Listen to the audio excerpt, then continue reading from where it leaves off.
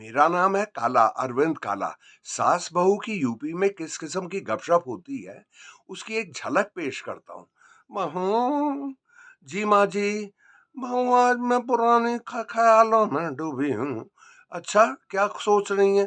बेटी उन दिनों की सोच रही हूँ जब मेरी शादी तय हुई थी। कैसे हुई थी? बेटी तस्वीर उस जमाने में भेजते थे ना, तो आपको वो हीरा लाल जी कैसे लगे, हमारे गुजरे हुए ससुर जी? बेटी पैंट पतलून में बिल्कुल ठीक लग रहे थे। फिर शादी हो गई। हाँ, उसके बाद हनीमून के लिए कहाँ गई? हनीमून क्या, गाँव गई। फिर गाँव में क्या हुआ? वहां पर मुझे बहुत धक्का लगा। कैसे? अरे मैं, मेरे वो पति देव ना पैंट पतलून में तो ठीक लग रहे थे, और गांव में उन्होंने तो धारीदार कच्छा और ये बनियान पहन ली। फिर आपने उनको क्या कहा? भाई 2-4 दिन तो मैंने बर्दाश्त किया, वो घूमते रहते थे। लेकिन फिर मैंने कहा, भाई मैं अपने पति देव का कहा, सुनिए, हाँ, मैं नई बहू हूँ, हाँ, और वो ये किस किस्म का हनी हनीमून है कि आप दारीदार कच्छे में घूम रहे हैं? तो हाँ, हाँ बेटी, आपको क्यों जरूरी पड़ा? बेटी मैं उन पिक्चरों में देखती थी ना। क्या देखती थी? वजंती माला, और जो मटके में लेकर गांव में झूमती हुई, मटकती हुई जा रही है। हाँ, तो मैंने सोचा कि गांव में भी ठीक होएगा। फिर लेकिन मेरा वो जो मेरे पहाड़ी लाल जी थे ना, तो उन्होंने जब कच्छा और बनियान में घूमने लगे तो मुझे बहुत धक्का लगा। बेटी मुझे बहुत दुख हुआ, चुपचाप मैं रोती भी थी। अच्छा, तो फिर आपने उनको कहा? हाँ, फिर मैंने कहा कि भाई एक नई बहू के लिए पैंट कमीज तो पहन लो। तो पहनने लगे। हाँ बेटी, बहुत अच्छे पति देव थे। मैं उनकी, प्रभु उनकी आत्मा को शांति दे, बहुत अच्छे थे। तो फिर वो कैसा रहा फिर वहां पे? बेटी गांव की जिंदगी में ना, वो बड़ा मुश्किल हो जाता है। कैसे? बेटी जैसे जो गाय का ना दूध निकालो। हाँ, पिक्चरों में तो ठीक लगता है कि वैजंती माला गा रही हैं और दूध निकाल रही हैं, लेकिन लेकिन असलियत में वो बिल्कुल बेकार का काम है। कैसे?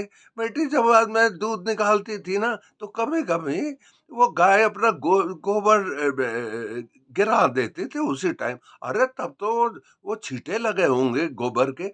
अरे बिल्कुल। और मक्खी बनाती थी इस तरह से और मुंह पे बैठती थी। अरे बेटी, ये बिल्कुल ही बेकार है। ये पिक्चरों में दिखाते हैं और तस्वीरों में कि कितनी बढ़िया होती है गांव की जिंदगी, बेकार है। अच्छा, नलका वलका था? नहीं बेटी, वो बाल्टी से वो पानी निकालना पड़ता था, ऐसे ऐसे करके। हाँ। अब बेटी कमर कमर दुखने लगती थी। हाँ।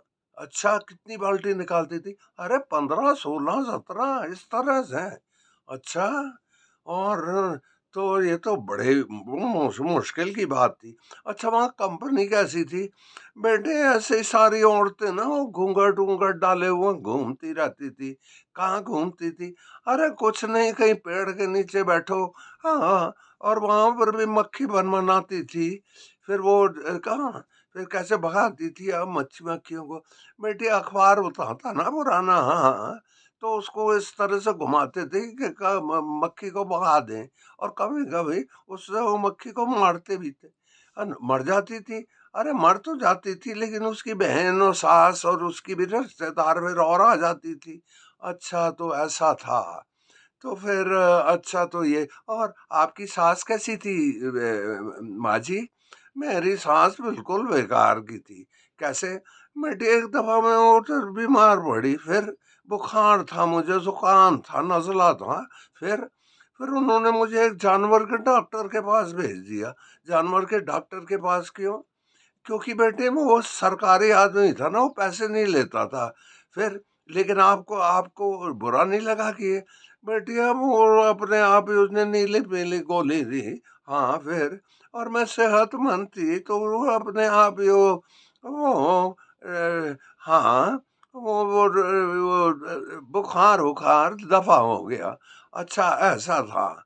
अच्छा, और माँ जी किस किस्म के ख्याल आते हैं आपको गाँव के बारे में? बेटा ऐसे ही, मैं क्या? अरे बकरी मैं कर रही है, तो ये भी अरे रो अपना अरे ऐसे ही है। और जहाँ पर ये होते हैं ना मवेशी होते हैं, तो वहां पर वो मधु ये मक्खी मक्खी बोलती रहती है। तभी तुमने देखा है ना भैंस और गाय को, हाँ, वो अपनी ओर दुम चलाती रहती हैं दाएं बाएं। हाँ, उनको दुम चलाने का शौक थोड़ी है। हाँ, तो क्यों दुम लाती? अरे मक्खी भगाने के लिए। अरे मक्खी उनको भी तंग करती है, गाय उनको।